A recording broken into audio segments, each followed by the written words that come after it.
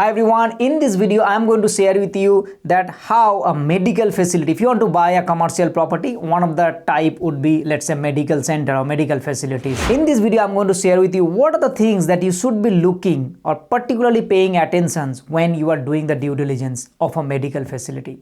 If you want to know, watch till the end. Now, one of the things that you need to see, let's say, you found a property and that property is somewhere in Queensland.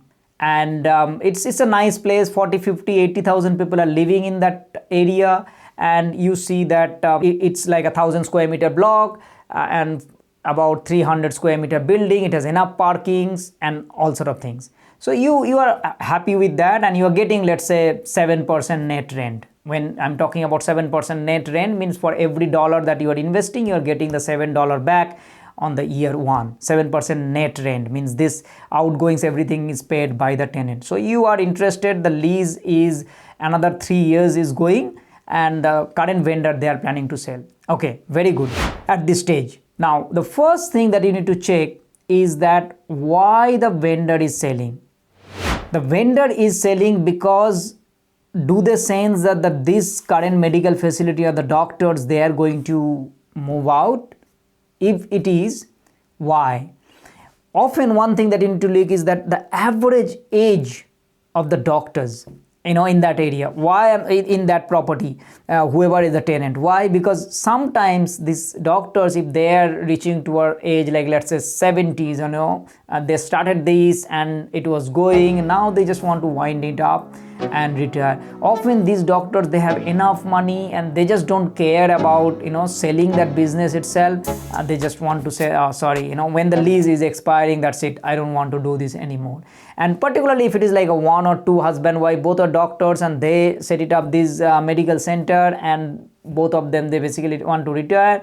The kids have gone to the different kind of trajectory, so they do not want to continue in this business. They don't want to, so they might think that they want to wind it up. And this is how you need to be very, very careful of buying this kind of medical centers, because if they do not want to pass it on, if they don't want to sell that business, that means it is going to come to an end. While someone else, unless someone else is taking over, it is going to be a long period of vacancy. If you see, let's say, the age of these doctors in their mid 40s, and even though the lease is only 1 year or 2 years left, then you are pretty certain that if not them, they are probably pass it on, they'll sell their business, and the chances are that they're going to renew that tenancy. So you need to figure it out that why they would not renew. What's the reason they would not renew? If you can figure it out, then it is going to be a good investment. If you see that there is a strong chance that they will be moving out, then you might find someone else as well, particularly in their 40s. So there must be a reason that why they want to move out. So you need to figure it out, what's the reason. The other thing that you need to look into in terms of how many doctors are there. If sometimes, as I said, that if it is only husband, wife, 2 doctors, and it's a very small facilities, you need to be careful. But if there are, like, let's say 5, 6 doctors, and even though 1 or 2 doctors, they will be retiring, then the others will take it over. And considering, you need to check that what kind of patients, like how many patients do they get, what kind of their business model, like how much amount do they actually earn per day. That way, 30 days period, 1 month, you will check, 1 year, what's kind of revenue they're generating. Think about treating like a business. Are they making money? If they're making money, then well and good.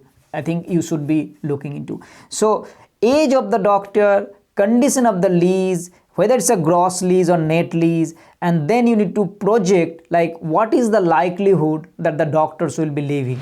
If you see that the likelihood of doctors are leaving is very limited, then it is going to be a safe investment, even though the lease is only for, let's say, 1 year or 2 years left, because that lease is going to renew. Now, why I'm saying this, because sometimes if the lease is left only for a year, then chances are that you can renegotiate after a year and get a better 5 years lease, and then suddenly it becomes the property's value is going to go up because someone else is going to ready to pay with the lower yield. So whenever you are planning to purchase a medical facility, make sure that you do a proper due diligence. you see that the tenants and their business, and particularly the doctors, if they are planning to retire, if they have any plan to sell that business, or they just want to wind it up. All these things you need to check before you commit and purchase a medical facility. I hope this video finds helpful. If you like this video, please subscribe my channel, turn the notification bell on so you get to see more videos like this, and it also helps me to reach out to more people like you. Thank you so much for watching, and I'll see you next time.